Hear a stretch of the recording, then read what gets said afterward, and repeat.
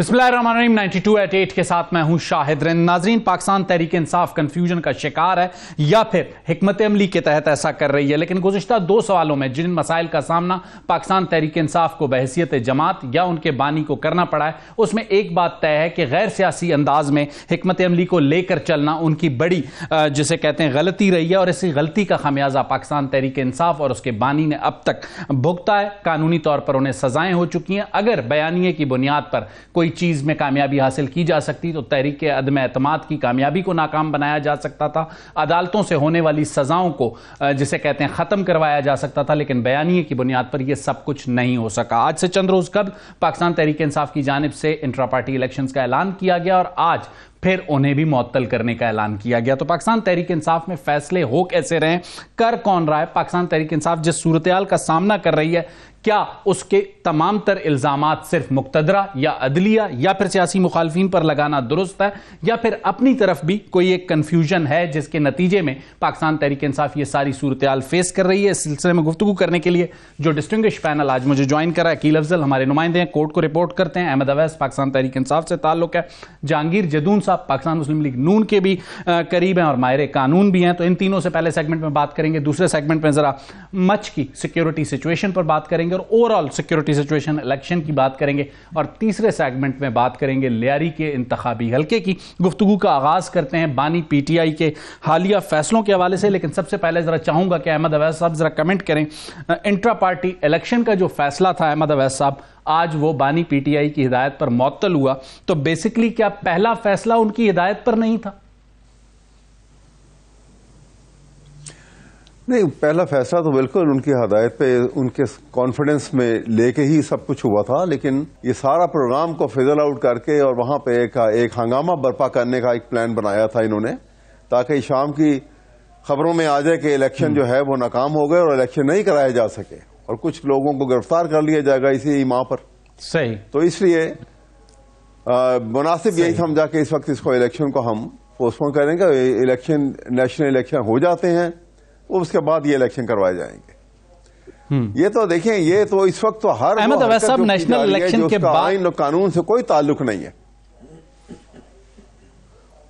बिल्कुल ठीक, लेकिन अहमद अवैस साहब इस वक्त जो आपने इलेक्शंस अनाउंस किए थे उसमें क्या ऐसी रुकावट डाली गई जिसके नतीजे में आपको लगा कि ये इलेक्शन भी सबूताज होंगे, जो कि आपका इल्जाम है और बहुत सीरियस है? मैं चाहूंगा कि कोई ऐसी मिसाल आप दे सकें। मिसाल तो मैं आपको बता रहा हूं कि अकबर बाबर जो पीटीआई से उनको निकाल दिया गया हुआ है, लेकिन वो सुप्रीम कोर्ट की जजमेंट भी आपने देख ली और वहां 14 आदमियों को भी देख लिया, और फिर उसके बाद अब जो इलेक्शन अनाउंस होने हम कर रहे थे, इसमें उन्होंने आना था साथ उसके, और वहां पे वो एक हंगामा राई की सूरत पैदा होनी थी। सही। और उस हंगामा राई में इलेक्शन तो हो ही नहीं सकता था। जो सूरत हाल खुल जाती है ना, बहुत सारी चीजें चलें ठीक हो गया, ये आपका भी हो जाती हैं। बिल्कुल ठीक है, आपके पास इंफॉर्मेशन है, मैं उस इंफॉर्मेशन को निगेट नहीं कर सकता क्योंकि आप जब तक उसको साबित करना आप पर है कि आप इल्जाम लगा रहे हैं। लेकिन एक और सवाल ये कि जब अगर ये इलेक्शन आप 5 फरवरी को नहीं करवाते, 8 फरवरी को जो भी नताइज होते हैं, जो इंडिपेंडेंट्स होंगे, वो पाकिस्तान तहरीक इंसाफ को तो ज्वाइन नहीं कर सकेंगे पार्लिमानी पार्टी बनाने के लिए। देखिए, फिर वो हम इस जनरल इलेक्शन के फौरन बाद हम करवाएंगे इलेक्शन, बिल्कुल फौरन बाद करवाएंगे इलेक्शन। वो उसको प्रॉपर जो है वो हम करेंगे। इलेक्शन तो होने हैं, वो जरूर करवाएंगे। सही। और उसके बाद फिर आप समझते हैं कि जो आपके आजाद अरकान है वो दोबारा पार्टी को ज्वाइन कर सकेंगे? यकीनन ज्वाइन करेंगे। कोई देखिए, सही 1 ऑड पर्सन जो है इधर से उधर हो जाए तो हो जाए, लेकिन जो जिनको बकायदा इनकी हमदर्दियां और जिनकी कमिटमेंट है वो बिल्कुल ज्वाइन करेंगे। और देखिए, एक मुश्किलात का सामना है हमें, हर किस्म की जो ज्यादती और अनकॉन्स्टिट्यूशनल एक्ट जो है, इलीगल एक्ट जो है, वो रवा रखा जा रहा है। और ऐसी सूरत में अब जाए चलें 1 मिनट के लिए अहमद अवैस साहब हमने फैसले करने हैं। अहमद अवैस साहब 1 मिनट के लिए आपको यहां रोकूंगा। अहमद अवैस साहब 1 मिनट के लिए आपको यहां रोकूंगा। अकील अफजल को भी जरा शरीक गुफ्तगू करते हैं। अकील, चूंकि इंट्रा पार्टी इलेक्शन का मामला सुप्रीम कोर्ट में भी आया, आपने भी रिपोर्ट किया, 8 फरवरी तक तो अब बज़ाहिर Pakistan Tehreek Insaf inter party election नहीं करवा सकती। 8 फरवरी के बाद अगर करवाती है तो क्या उनके इंडिपेंडेंट अराकीन इस पोजीशन में होंगे कि वो पार्टी को ज्वाइन कर सकें, या अदालती फैसला अब भी उनके लिए प्रॉब्लम बनेगा? देखिए, शायद इसमें दो चीज़ें हैं। एक तो पाकिस्तान तहरीक इंसाफ ये इंट्रा पार्टी इंतखाबात करवाने जा रही थी, वो रोक दिए गए, कल अनाउंस किया गया और आज उसको विड्रॉ कर लिया गया।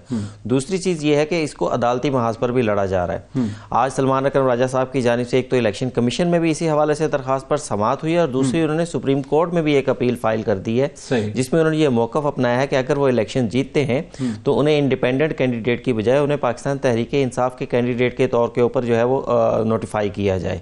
अगर सलमान अकरम राजा ये केस जीत जाते हैं तो फिर पाकिस्तान तहरीक इंसाफ के जितने भी कैंडिडेट्स होंगे जिनको उनकी जानिब से टिकट्स जारी किए गए थे, उन तमाम लोगों को फिर पाकिस्तान तहरीक इंसाफ के ही जो है फैसला होने की सूरत में, और अगर फैसला नहीं होता तो फिर वो इंडिपेंडेंट ही रहेंगे। अच्छा, जहांगीर जदून साहब, अहमद अवैस साहब ने जो तहमीद बांधी और जो जिस केस का हवाला अकील अफजल ने भी दिया, अगर इस तरह की कोई सूरत-ए-हाल आती है, अगर सुप्रीम कोर्ट फैसला देती है तो फिर तो बाइंडिंग है, लेकिन अगर सुप्रीम कोर्ट फैसला नहीं देती तो इंडिपेंडेंट अराकीन इंडिपेंडेंट ही रहेंगे या उन्हें कोई सियासी जमात ज्वाइन करनी होगी 8 फरवरी के फौरी बाद?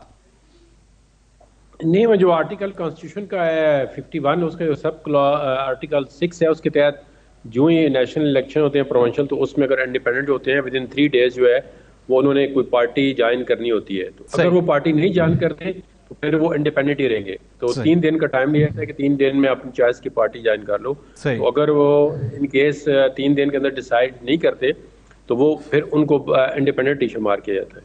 ठीक हो गया। अहमद अवैस साहब कैसे रिस्पॉन्ड करेंगे जहांगीर जदून साहब के इस नुक्ते को?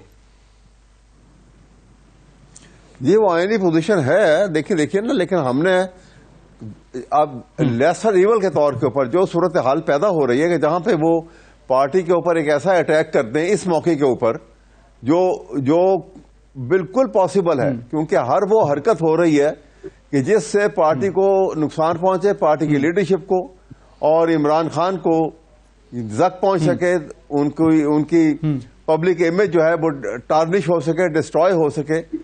तो ये सारी बातों का हमने मद्देनजर रखा है इस वक्त, और इसका पता बाकायदा सोच विचार के बाद ये चीज, और ये जो एप्लीकेशन इलेक्शन कमीशन और सुप्रीम कोर्ट में दी है, इसकी कोई रिलीफ आपको 8 फरवरी से पहले होता हुआ नजर आता है अहमद अवैस साहब? देखिए, मैं पाकिस्तान में हर चीज इतनी अनप्रेडिक्टेबल है कि उसमें पहले कोई जो है ना प्रिजम्पशन जो है कोई अटैच की नहीं जा सकती।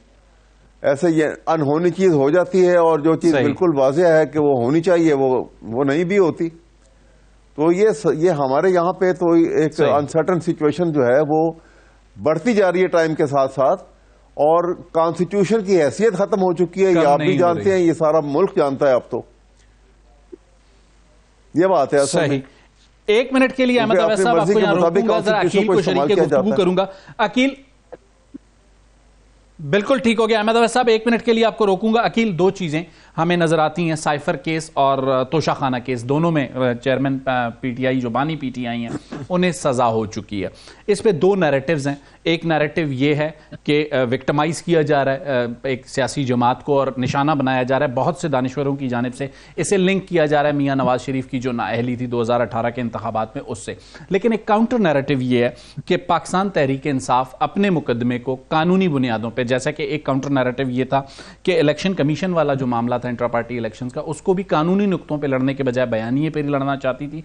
इन दोनों मुकदमात को भी वो नैरेटिव पे ही लड़ना चाहते थे, इसलिए रिलीफ नहीं मिला। आप चूंकि एक्सटेंसिवली कवर करते हैं, being a journalist, being a observer, आपकी ऑब्जर्वेशन इन दोनों मुकदमात और सजाओं के हवाले से क्या है? देखिए, पाकिस्तान तहरीक इंसाफ की ये खामी रही है कि जहां पर सियासी तौर पर लड़ना है, मतलब असम्बलियों में रहना था, वहां से इस्तीफे देकर बाहर आ गए, लेकिन अदालतों के अंदर जहां पर आपने कानूनी तौर पर प्योरली कानूनी मौक़िफ़ अपनाना होता है, वहां पर सियासी मौक़िफ़ अपना लिए जाते हैं ताकि लोगों में पॉपुलैरिटी हासिल कर ली जाए। अब मैं साइफर केस का फैसला पढ़ा था, 77 सफ़ात पर मुश्तमिल ये फैसला है। उसके अंदर 10 से 12 जो पैराग्राफ्स हैं वो जज साहब ने सिर्फ इस चीज़ के ऊपर लिखे हैं कि जनाब इमरान खान साहब को जो है फेयर ट्रायल का पूरा हक दिया गया, गवाहन की जानिब से जीरा इनकी जानिब से नहीं की गई। 40 से ज़ायद दरखास्तें सिर्फ इसलिए दायर कर दी गई ताकि इस ट्रायल को कंक्लूड ना होने दिया जाए। फिर उनकी जानिब से ये भी कहा गया कि इन दी एंड जब 26 जनवरी को उनके जो हक दिफा का हक ख़त्म किया गया था, उससे पहले इमरान खान को और शाह महमूद कुरैशी साहब को मुकम्मल मौके फ्राहम किए गए। उन्होंने ना तो जो फर्द जुर्म आयद की गई उस पर दस्तखत किए, ना उन्होंने गवाहों के ऊपर जीरा की, और फिर जिसके नतीजे में अल्टीमेटली फिर कोर्ट के पास भी कोई ऑप्शन नहीं रहती। फिर इमरान खान साहब ने जो साइफर केस के अंदर जवाब जमा करवाया, उस जवाब को भी अगर आप देखें वो लीगली नहीं था। इमरान खान साहब के ऊपर इल्जाम सिर्फ इतना था कि साइफर प्राइम मिनिस्टर ऑफिस गया, जो एक कॉपी उनको दे दिया गया, वो कॉपी वापस नहीं आई। लेकिन उन्होंने पूरे जवाब के अंदर वो कॉपी का नहीं बताया। उन्होंने हुकूमत हटाने और पैसा लगाने और सिंध हाउस की मीटिंग्स, इन चीज़ों का जिक्र कर दिया, पॉलिटिकली लड़ा। अब तोशाखाना केस के अंदर भी जो सज़ा सुनाई गई नैब के फैसले, नैब की जानिब से, उसके अंदर भी यही कहा गया कि जनाब इमरान खान साहब से जब नैब इंक्वायर कर रहा था कि आप उस सेट को, उस ज्वेलरी सेट को ले आए, बुनियादी तौर के ऊपर जिसका झगड़ा है वो सेट प्रोड्यूस नहीं किया गया। आप सेट प्रोड्यूस करते थे ताकि पता चल जाता, उसकी मार्केट वैल्यूएशन हो जाती कि सेट की जो प्राइस आपने लगाई थी 1 करोड़ समथिंग वो दुरुस्त थी, या 3 करोड़ की जो नैब कह रहा है 3 अरब रुपए से जायद की जो प्राइस नैब बता रहा है वो प्राइस है, वो सेट प्रोड्यूस नहीं किया गया। 1 मिनट के लिए यहाँ रुकिएगा। अहमद अवैस साहब, अकील चूंकि कोर्ट को कवर करते हैं, उन्होंने दोनों केसेस में जो नुक्ते उठाए हैं, आप चूंकि माहिर कानून भी हैं, पीटीआई से भी ताल्लुक है, कैसे रिस्पॉन्ड करेंगे जो पॉइंट्स अकील मेंशन कर रहे हैं, खासकर साइफर और तोशाखाना दोनों में जो आपका लीगल स्टैंड है वो कहते हैं कि उन्हें नजर नहीं आता?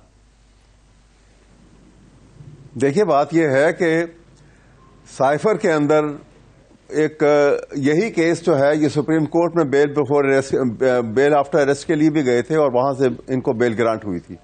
सुप्रीम कोर्ट की जो ऑब्जर्वेशन है, ऑब्वियसली वो ट्रायल कोर्ट जो है अपने फैसले में उसको कंसिडर नहीं करेगा, लेकिन सुप्रीम कोर्ट की बहरहाल ऑब्जर्वेशन उन्होंने कहा है, उसके अंदर लिखा है कि जिस इशू के ऊपर ये साइफर का केस बनाया गया है, सुप्रीम कोर्ट में बेल ग्रांट करने के इशू के ऊपर जब बहस हुई है तो prosecution failed to produce any incriminating material.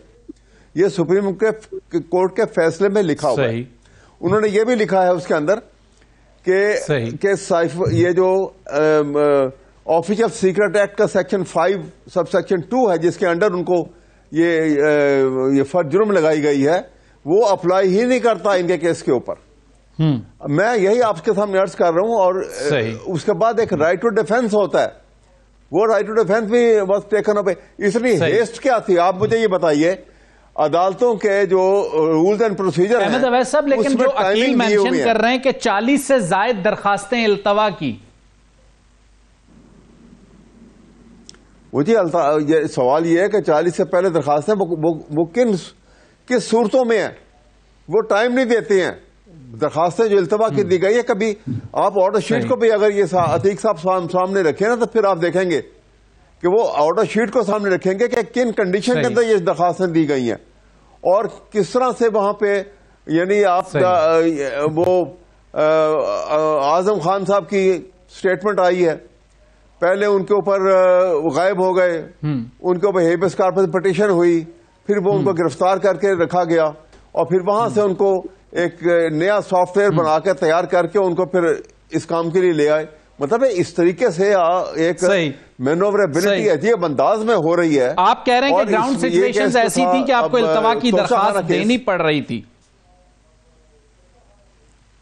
जी, मजबूरी के हाथों देनी पड़ रही थी। इसी तरह ये तोशाखाना केस में, और बल्कि पहले ये साइफर में आप देखिए, उनकी जो स्टेटमेंट है शाह महमूद कुरैशी की, वो 342 की स्टेटमेंट ही रिकॉर्ड नहीं हुई। उसके बगैर तो ट्रायल भी मुकम्मल नहीं हो सकता। बिल्कुल ठीक, आप देखिए तो सही। बिल्कुल ठीक। 1 मिनट के लिए अहमद अवैस साहब यहाँ पे आपको रोकूंगा, जहांगीर जदून साहब को सिर्फ 1 मिनट के लिए आपको यहाँ रोकूंगा। जहांगीर जदून साहब, ये मतलब एक इल्जाम है पाकिस्तान तहरीक इंसाफ की जानिब से, गो के अकील कह रहे हैं कि चीजें जो है ड्यू प्रोसेस के तहत चली हैं, लेकिन पाकिस्तान तहरीक इंसाफ जो मेंशन कर रही है कि 342 का शाह महमूद कुरैशी साहब का जो बयान है वो नहीं लिया गया तो कानूनी प्रोसीजर ही पूरा नहीं होता। और एक आम राय ये बहुत से लोगों की है कि जब भी ये मामला अपील में जाएगा तो एक दो पेशियों में ये मामला फारिग हो जाना है, तो फिर इतनी जल्दी फैसला करने की जरूरत क्या थी जहांगीर जदून साहब?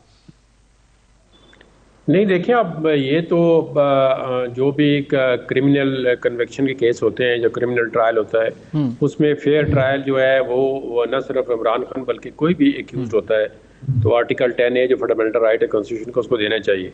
अब ये आप जिस तरह कह रहे हैं इस पेपर के अंदर भी जो जजमेंट आई है इसके अंदर भी काफी कुछ लिखा हुआ है, उन्होंने इनके कॉन्टेक्ट पे भी बहस की है। अब ये भी देखने की बात है कि ये आया क्योंकि वहाँ पे जो एविडेंस है वो किस तरह रिकॉर्ड हुई है और क्रॉस एग्जामिनेशन को एग्जामिनेशन चीफ का मौका दिया गया है। उनके तो वकील कहते हैं जी वो 342 की स्टेटमेंट देने के लिए गए थे, वापस आए तो उन्होंने अनाउंसमेंट कर दी। तो जज साहब को अगर पीछे 6 महीने लगाएं तो और 2-4 दिन में क्या इतना मसला बन जाता कि वो कहते हैं जी ठीक है इनकी स्टेटमेंट रिकॉर्ड 342 पे कितना टाइम लगता है? 1 घंटा लग जाता है मैक्सिमम, 2 लग जाते हैं। तो वो रिकॉर्ड कर लेते तो बेहतर था, नहीं तो इनको एक मतलब है कानूनी जवाब तो बंदे को मिल जाता है जी, उस पर सवाल उठते हैं जी कि आप इतना जल्दी में फैसला कर रहे हैं तो इसकी क्या वजूहत है? क्या लेकिन जहांगीर जदून साहब जो नुक्ता अकील ने उठाया मैं आपके सामने भी रखना चाहूंगा। अकील का ये पॉइंट था और बहुत से लोगों का ये पॉइंट है कि ये टेक्निकल रिलीफ इंटरिम हो सकता है लेकिन अल्टीमेटली एक्विटल के लिए साइफर प्रेजेंट करना होगा बानी पीटीआई को, जिसमें वो अब तक तो नाकाम ही नजर आते हैं। अगर वो इससे बरियत चाहते हैं तो उन्हें उस साइफर की या तो कॉपी देनी पड़ेगी या बताना पड़ेगा कि उन्होंने किसको हैंडओवर किया था। देखें वो तो एक उन पे चार्ज है ना कि उन्होंने साइफर जो है पहले कहते थे लहराया है, फिर वो कहते हैं जी वो तो क्या कभी कई लोगों ने बयान दिया वो कागज का टुकड़ा था, लेकिन उनके बकौल तो वो साइफर था, उसके कंटेंट्स जो है उन्होंने लाया जी कि ये डोनाल्ड लू ने जो है हमारे खिलाफ जो है कंस्पिरेसी की है। चले वो आगे चलते हैं, लेकिन इनको देखें ना अगर कोई ट्रायल के अंदर डिफेक्ट्स हैं या प्रोसिक्यूशन का केस किसी जगह से कमजोर है तो उसका तो ये इंटरनेशनल जूरिस्प्रूडेंस है, हर जो सेक्शन की और सेटल प्रिंसिपल है उसका जो फायदा है वो अक्यूज को पहुंचता है। तो अक्यूज के जो राइट्स होते हैं वो ट्रायल के दौरान ज्यादा होते हैं कि ताकि उसको जो कन्विक्शन हो या सजा हो वो जो इंटरनेशनल या नेचुरल लॉ के जो प्रिंसिपल है वो पूरे उस पर उतरते हो। ठीक हो गया। 1 मिनट के लिए जहांगीर जदून साहब आपको रोकूंगा। अकील, अपील में हाई कोर्ट में रिलीफ भी मिल जाता है बानी पीटीआई को, लेकिन ये रिलीफ एक तरह से आर्जी नहीं होगा क्योंकि लाजमी सी बात है जैसे आपने नुक्ता उठाया कि उन्हें साइफर की कॉपी या तो पेश करनी होगी या बताना होगा कि उन्होंने किसको दी और उसे साबित करना होगा। जब तक वो इसे साबित नहीं करते या पेश नहीं करते तो ये मुकदमा उनके लिए ट्रायल कोर्ट में दोबारा जा सकता है जैसे पहले 2 बार गया। देखिए शाहिद साहब, इमरान खान को रिलीफ लेने के लिए सबसे पहले ये साबित करना होगा कि कोर्ट ने उनके साथ कोई ज्यादती की है। कोर्ट के जो जजमेंट है उसके अंदर उन्होंने हर चीज़ को बिल्कुल तफसील के साथ लिखा है कि हमने कितने मौके दिए इनको जवाब देने के लिए। अब कोई मुल्जिम अगर बयान देने को तैयार ही ना हो, बार बार अपने वकील चेंज कर ले, बार बार अपना स्टांस चेंज कर ले, बार बार एप्लीकेशंस फाइल कर दे, तो फिर कोर्ट के पास क्या ऑप्शन रह जाती है? कोर्ट भी एक हद तक ही जाती है फेयर ट्रायल के लिए। अल्टीमेटली फिर कोर्ट ने वही किया जो आम मुकदमात के अंदर किया जाता है कि भाई मुल्जिम बार बार वकील चेंज कर रहा है, तो कोर्ट ने उनसे सरकार उनको कह दिया कि भाई हम आपको वकील देते हैं, वो आपकी जानिब से जो आपके पॉइंट्स हैं वो बता देते हैं। अखिल, आपकी बात से ऐसा लग रहा है कि जो ये टेक्निकल रिलीफ की भी जो एक उम्मीद है वो भी आप कह रहे हैं कि उसको जस्टिफाई किया। 10 साल की सजा है, फौरी तौर के ऊपर मेरे ख्याल से रिलीफ शायद ना मिले। अगर 3 साल की सजा हो, सस्पेंशन बड़ी आसानी से हो जाती है, अगर और थोड़ी सजा हो तो सस्पेंशन बहुत आसानी से हो जाती है। लेकिन यहाँ पर मेरे ख्याल से ये जो सस्पेंशन के लिए भी थोड़ा सा केस चलेगा, फौरी रिलीफ मिलता मुझे नजर नहीं आ रहा।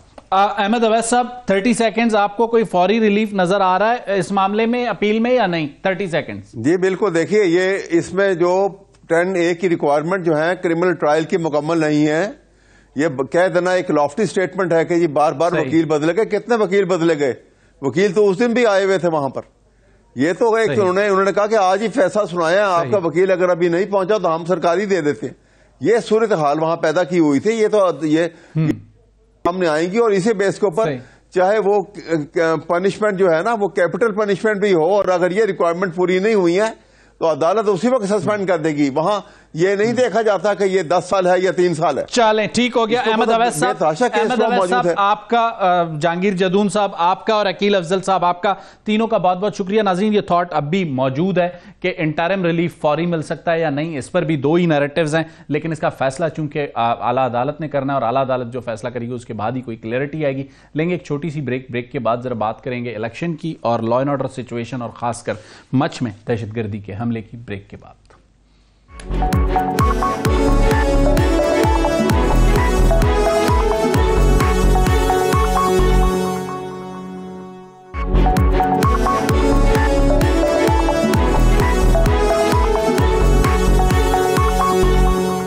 प्रोग्राम के सेकंड सेगमेंट में जरा बात करेंगे इंतखाबात की, और इंतखाबात 8 फरवरी को होने जा रहे हैं। इलेक्शन कमीशन की जानिब से बलूचिस्तान और खैबर पख्तूनख्वा की लॉ एंड ऑर्डर की सिचुएशन पर गुज़िश्ता रोज़ एक अहम इजलास हुआ और इस इजलास में सिक्योरिटी सूरत हाल का जायजा लिया गया। जो मुतल्लिका आईजीज़ या चीफ सेक्रेटरीज हैं उन्होंने इलेक्शन कमीशन को ब्रीफ किया और उसमें यह फैसला सामने आया कि 8 फरवरी के इंतखाबात में कहीं भी कोई अल्तवा अभी तक नजर नहीं आता और ऐसा कोई फैसला इलेक्शन कमीशन ने नहीं किया। अब पाकिस्तान में इस वक्त जो 8 फरवरी के इंतखाबात हैं उसकी जानिब से एक सियासी जमात की जानिब से ये नैरेटिव बनाया जा रहा है कि खासकर नैरेटिव जो है सिक्योरिटी फोर्सेज या आर्म फोर्सेज या पाकिस्तान आर्मी के खिलाफ कि उनकी जानिब से कोई मुदाखलत की जा रही है। 2024 के जो आम इंतखाबात हैं उसमें पाकिस्तान आर्मी की जो डिप्लॉयमेंट है वो पाकिस्तान के आइन के आर्टिकल 245 के तहत की जा रही है और इसमें जो हुकूमत ने यह फैसला किया और उसकी मंजूरी दी है, basically Pakistan army 3rd tier में, 1st टीयर में पुलिस है, 2nd टीयर में जो सिविल आर्म फोर्सेज हैं जैसे कि रेंजर्स और फ्रंटियर कोर हैं, और 3rd टीयर में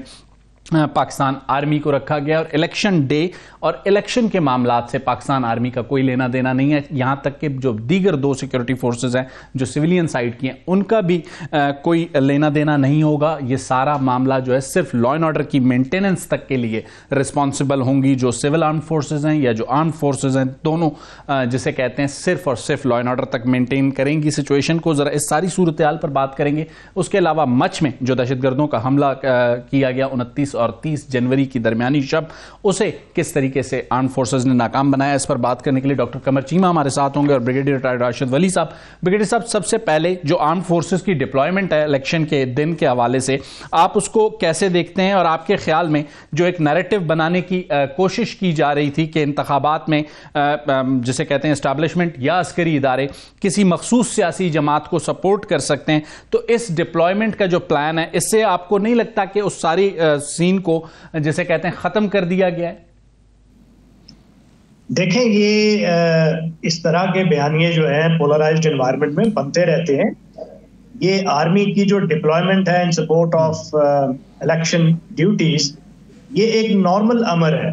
ये आर्मी की इंटरनल सिक्योरिटी रिस्पॉन्सिबिलिटी एरियाज, उसमें ये सारी चीज डिफाइंड होती है। मैं खुद 97 में उस वक्त जब फौज में था तो हमने मियाँ वाली जाके एक पूरी कॉन्स्टिट्यूएंसी को सिक्योरिटी प्रोवाइड की और इलेक्शन प्रोसेस का मुशाहिदा किया।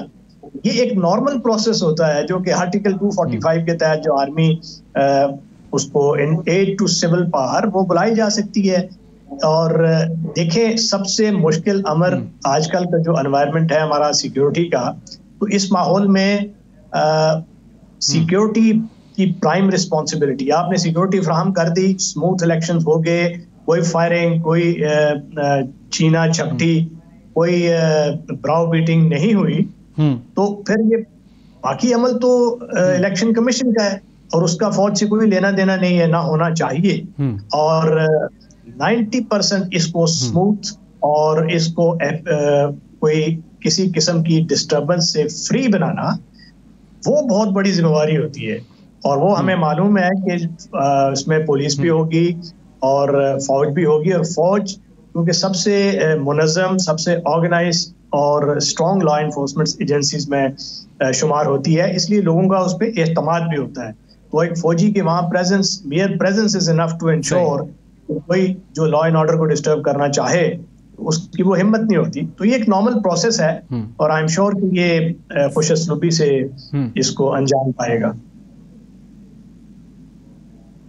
डॉक्टर कमर चीमा साहब, आप चूंकि इंटरनेशनल अफेयर्स को भी बड़ा मॉनिटर करते हैं और इंटरनेशनल जो दुनिया है उसका पाकिस्तान की इंतखाबात पर एक गहरी नज़र भी हमें आलमी दुनिया की नज़र आती है, खासकर मुख्तलिफ जो वॉच डॉग्स हैं, आपके ख्याल में ये जो डिप्लॉयमेंट है जिसमें 3rd टियर में रखा गया है पाकिस्तान आर्मी को, बेसिकली ये फ़ायदा देगा उन तमाम नैरेटिव्स को किल करने के लिए, उन तमाम नैरेटिव्स को ख़त्म करने के लिए जिनको एक सियासी जमात की जानिब से बनाने की कोशिश की जा रही है आर्म फोर्सेस के खिलाफ? इम्पोर्टेंट चीज ये है कि आर्टिकल 245 के तहत जब भी सिविल अदारे ये रिक्वेस्ट करते हैं पाकिस्तान फौज से, तो फौज हमेशा आती है। फौज अपनी मर्जी से नहीं आती, ना फौज ये कहती है हमें बुलाओ। आपके ख्याल में जब इलेक्शन डे पर इलेक्शन मैटर्स में कहीं पर भी आर्म फोर्सेस की इंटरफेरेंस नहीं होगी तो क्या आलमी दुनिया के लिए ये एक अच्छा साइन होगा और पाकिस्तान के इलेक्शंस को तस्लीम करने का उनके पास, जैसे कहते हैं, एक वैलिड पॉइंट होगा कि कोई पॉलिटिकल विक्टिमाइजेशन नहीं की गई, आर्म फोर्सेस का कोई रोल नहीं था? देखिए जी, जो इलेक्शन ऑब्जर्वर्स आएंगे, जो यूरोपियन यूनियन से आएंगे या बाकी मुल्कों से आएंगे, वो सारे के सारे वो जाएंगे उन जगहों पे और जब देखेंगे कि जो प्रेमिसेस है जहां पे प्रिजाइडिंग ऑफिसर है, असिस्टेंट प्रिजाइडिंग ऑफिसर है या जो पोलिंग स्टेशन है, उसके अंदर तो फौज खड़ी नहीं है और हर जगह नहीं होगी। जहां सेंसिटिव एरिया है, जहां पे हुकूमत ने महसूस किया वहां पे डिप्लॉय की गई है, तो इंटरनेशनल बॉडीज जो होती हैं या यूरोपियन यूनियन के जो मंदूबीन होते हैं, वो सारे के सारे अपनी रिपोर्ट में लिखते हैं। ये पहले भी लिखे गए हैं, ये ऐसे नहीं है कोई ये पहली दफा, 2018 में भी ये चीजें नोट की गई थी और उसमें जारी बात है फौज का काम उस प्रोसेस के अंदर कोई नहीं है, वो तो बाहर खड़ी हुई है और सिर्फ माहौल को पीसफुल बनाने में, ताकि लोग आके अपना वोट कास्ट कर सके। अंदर तो वही सिविलियन एडमिनिस्ट्रेशन होती है। मैं समझता हूँ जो फॉरेनर्स आएंगे वो इस चीज को ऑब्जर्व भी करके जाएंगे, वो रिपोर्ट भी करेंगे और पहले भी उन्होंने इसको ऐसे ही रिपोर्ट किया है। सो मेरा ख्याल है कि वो उसी से चीजें क्लियर हो जाएंगी जब वो रिपोर्ट इंटरनेशनल अदारों की आएंगी। बिल्कुल ठीक हो गया। नाजरीन, जरा बात करेंगे मच की सिक्योरिटी सिचुएशन की। 29 और 30 जनवरी को हमने ये देखा कि बलूचिस्तान के एक टाउन मच जो कि क्वेटा सिटी के काफी करीब है, वहां पर रात गए दहशतगर्दों की जानिब से हमला किया गया और इस हमले को रिटेलिएट किया पाकिस्तान की आर्म्ड फोर्सेज ने और 3 दिन तक ये सारा एरिया और सिक्योरिटी क्लियरेंस का ऑपरेशन जारी रहा। इस ऑपरेशन में ISPR के जो एदाद शुमार हैं उसके मुताबिक 24 के करीब जो है दहशतगर्द वो मारे गए और सिविल आर्म फोर्सेस के और सिविलियन समेत 4 लोग शहीद हुए हैं इस 3 दिन के सिक्योरिटी क्लियरेंस के ऑपरेशन में। ISPR ने यह भी बताया कि हलाक होने वाले जो दहशतगर्द हैं उनमें शहजाद बलोच, अताउल्लाह सलाउद्दीन और अब्दुल वदूद शामिल हैं और दीगर दहशतगर्दों की शनाख्त की जा रही है। ब्रिगेडियर रिटायर्ड राशिद वली साहब, इलेक्शन से कबल मच में इस हमले का हदफ आपको क्या लगता है? देखिए, हदफ तो ये डिस्टेबलाइज करना है स्टेट को और लोगों में खौफ और सरासीमगी पैदा करना है। अब देखिए, ये इन्होंने सरप्राइज अचीव करने की कोशिश की थी और जब ये इस किस्म की इंसर्जेंसी ऑपरेशंस होते हैं तो इनका क्लासिक तरीकाकार होता है to achieve the surprise. Unfortunately for them उनको सरप्राइज अचीव नहीं हो सका क्योंकि law enforcement agencies they provided good on spot resistance. वो तैयार थे, उनको इसकी पेशगी वार्निंग भी मिल चुकी थी और इस वजह से आपने देखा कि जो मच और कोलपुर दोनों कॉम्प्लेक्सेस पे हमला हुआ तो उसने उसका बड़ा बेजिगरी से उसका मुकाबला किया और लॉ एनफोर्समेंट एजेंसी ने काफी मरबूत ऑपरेशन किया मिलके। अब ये जो मारन बलोच का ये था, एक एजिटेशन थी और उसके लाइक माइंडेड लोग और फिर लिबरल फ्रेंच उसके साथ वो शामिल हो जाता है बगैर सोचे समझे कि ये किसके मुतालिक एजिटेट कर रहे हैं और इसकी हकीकत क्या है। अब ये जो वदूद साहब हलाक हुए इस ऑपरेशन में, ये लेके मेंबर थे और इसके बाद ये वहां से ऑपरेट कर रहे थे और इस ऑपरेशन में उसकी डेथ हुई और शिनाख्त हुई। ये बहुत बड़ी एक खबर है जिसको लोगों में डिसेमिनेट करना चाहिए कि वो लोग जिसको पर्सन का ढोंग रचा। 1 मिनट के लिए ब्रिगेडियर रिटायर्ड राशिद वली साहब आपको रोकूंगा, कमर चीमा साहब को शरीके गुफ्तगू करूंगा। कमर साहब, इलेक्शन से कबल इतना मुनज़्ज़म हमला करने की एक कोशिश उसे नाकाम बनाया पाकिस्तान की जो आर्म फोर्सेज हैं उन्होंने, आप उसे कैसे देखते हैं और आपके ख्याल में जो ये 3 दिन तक एरिया को सर्च ऑपरेशन क्लियरेंस का हुआ और उसमें 24 दहशतगर्द मारे गए, तो आपके ख्याल में इलेक्शन के डे पे इसका कोई इफेक्ट होगा बलूचिस्तान में या नहीं?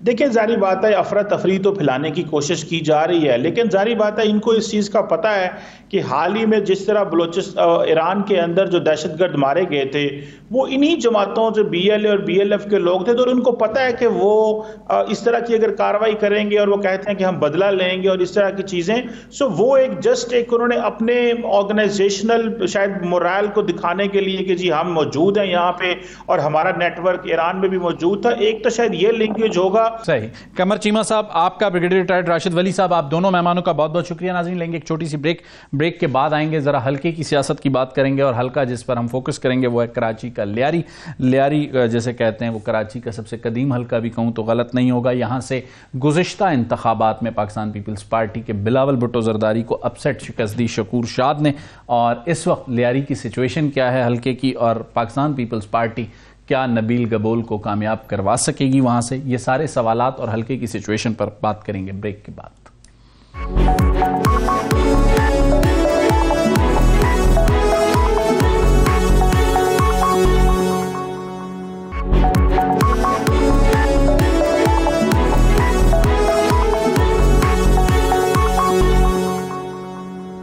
वेलकम बैक नाजरीन। प्रोग्राम के लास्ट सेगमेंट में हमने कहा था कि आपसे ज़रा हल्के की सूरत हाल पर बात करेंगे कि इंतखाबी हल्के क्या हैं। हल्का NA 239 लियारी, साबका हल्का NA 246 है। कुल वोटर जो है तकरीबन 4,22,081 हैं। मर्द वोटर्स जो है 2,33,087 और ख़वातीन वोटर्स जो हैं वो 1,88,994 हैं। और ख़वातीन बड़ी वाइब्रेंट होती हैं लियारी में जब भी इलेक्शन होते हैं। गुज़िश्ता इंतखाबात की अगर बात करते हैं 2018 लियारी में अपसेट हुआ, पाकिस्तान पीपल्स पार्टी को अपने मिनी लाड़काना कराची के गढ़ लियारी में शिकस्त का सामना करना पड़ा, और यह शिकस्त दी शकूर शाद ने पाकिस्तान तहरीक इंसाफ के प्लेटफॉर्म से बिलावल भुट्टो जरदारी को। और इस अपसेट शिकस्त को बड़ा डिस्कस किया पाकिस्तान तहरीक इंसाफ ने, लेकिन जवाब में उन्होंने लियारी को क्या दिया यह सवाल भी रखने की कोशिश करेंगे अब्दुल शकूर शाद के सामने। और लियारी में एक और अपसेट हुआ, लियारी में जमात इस्लामी अब्दुल रशीद ज़माना तालिब इल्मी के सियासी रहनुमा अब सियासी मैदान में मौजूद हैं। पहले सूबाई असेंबली के उम्मीदवार थे, इस मरतबा नेशनल असेंबली NA 246 पर किस्मत आजमाएंगे। ये भी हमारे साथ होंगे। हमने कोशिश की कि नबील गबोल भी हमें ज्वाइन करें, लेकिन हो सकता है कि इलेक्शन कैंपेन्स की वजह से वो नहीं ज्वाइन कर पा रहे। लेकिन सबसे पहले ज़रा जाऊँगा अपने नुमाइंदा 92 शाहिद हुसैन की जानिब, जो कि लियारी को कवर कर रहे हैं। शाहिद, सबसे पहला सवाल, लियारी और उसके मसाइल मेरे सामने अमन व अमान, गैंग वॉर, सेहत, तालीम और सड़क। आपको इस हल्के के मसाइल क्या नजर आते हैं? देखिए, आपका बहुत शुक्रिया। ये मामला है असल में जो लियारी को पेरिस बनाना था, कराची को पेरिस बनाना था, ये भुट्टो साहब का अपना विजन था, उनका ऐलान था, जिसमें रोटी कपड़ा मकान का जो नारा था वो भी तकरीबन यहीं से शुरू हुआ। ये आपको पता है कि सहल के बिल्कुल किनारे पे आबाद है, आबादी और इंतहाई गुंजान आबाद इलाका है। यहाँ पर मुसलसल 3 बार, यानी कि 2002 की बात करें, 2008 की बात करें या 2013, मुसलसल 2002 और 2008 में नबील गबोल साहब यहाँ से MNA मुंतखब हुए। उसके बाद 2013 में शाहजहान बलोच जो कि पीपल्स पार्टी के टिकट से मुंतखब हुए। लेकिन उसके बाद फिर जो सूरत हाल आपने देखा कि जब शकूर शाद साहब की एंट्री हुई तो एक बड़े अपसेट के बाद उन्होंने जो है वो हराया उनको, और उस वक्त जो है 2018 में तकरीबन 52,750 वोट लिए सबसे ज्यादा अब्दुल शकूर शाद साहब ने, और उसके बाद फिर बिलावल भुट्टो तीसरे नंबर पर रहे, और दूसरे नंबर पर जो थे वो TLP के अहमद सलीम कादरी ने जो है वोट लिए थे। तो उसके बाद देखा कि जो मसाइल थे वो अब तक जो है कंट्रोल नहीं हुए। लेकिन अब जो सूरत हाल है, NA 240 से जो है वो अब्दुल रशीद जो कि जमात इस्लामी के उम्मीदवार हैं, और जो 239 है इसमें PS के उम्मीदवार जो है वो अब्दुल रशीद हैं, जो कि समाजी मामले में काफ़ी एक्टिव हैं। जैसे आपने बताया कि तालिब इल्मी के ज़माने से इस इलाके में ज़्यादा एक्टिव हैं, तो आज भी अगर देखें तो जो समाजी जो काम है, सेवरेज के, बिजली के, गैस की लोड शेडिंग के, सब। शकूर शाद साहब, 2018 में अपसेट के बाद अब आप इंडिपेंडेंट हैसियत में हल्के में परफॉर्मेंस की बुनियाद पर दोबारा पीपल्स पार्टी को शिकस्त देना चाहेंगे, या आपको लगता है कि वो परफॉर्मेंस नहीं थी जो कि होनी चाहिए थी? देखिए जी, सबसे पहले तो आपका शुक्रिया।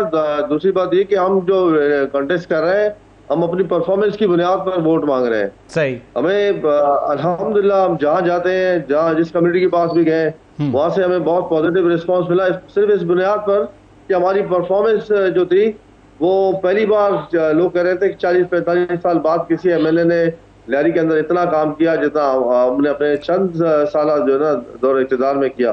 शुरू के 18 महीनों में हमें 1 रुपए भी फंड नहीं मिला था, लेकिन हम अपने लोगों के दरमियान थे।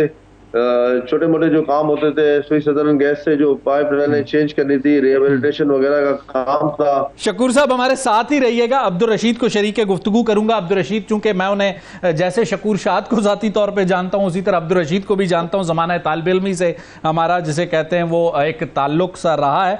अब्दुल रशीद पहले सूबाई असम्बली में कामयाब हुए और इस बार वो किस्मत आजमा रहे हैं कौमी असम्बली में। अब्दुल रशीद, सूबाई असम्बली में क्या ऐसी परफॉर्मेंस थी जिसकी बुनियाद पर आप समझ रहे हैं कि लियारी में नेशनल असम्बली से जमात इस्लामी जीत सकती है? बिस्मिल्लाहिर्रहमानिर्रहीम। सैयद अब्दुल रशीद को लोगों ने आम आदमी का तर्जुमान बनकर सिंध असम्बली में देखा है और मैंने 5 साल में पीपल्स पार्टी के 40 सालों का हिसाब किया है और जो आवाम चाहती थी कि उनकी आवाज ऐवानों में पहुंचे और उनके मसाइल हल हो, उनका कोई बोलने वाला मौजूद हो, तो अल्हम्दुलिल्लाह जमात इस्लामी के सैयद अब्दुल रशीद ने इन 5 सालों में इस सारे तकाज़ों को पूरा करने की कोशिश की। सिर्फ आवाज नहीं बना, बल्कि मैंने इस लियारी को रिहेबिलिटेशन की तरफ लेकर गया। यहाँ की सीवरेज लाइनों को तब्दील करवाया, यहाँ के पानी के प्रोजेक्ट मंजूर करवाए।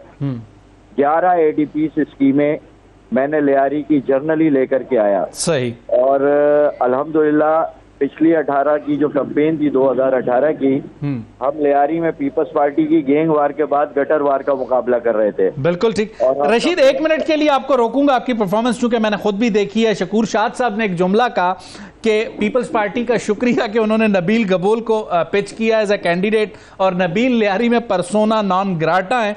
आप शकूर शाद साहब की इस ओपिनियन से एग्री करते हैं, चूंकि आप भी लियारी से ही इलेक्शन कंटेस्ट कर रहे हैं?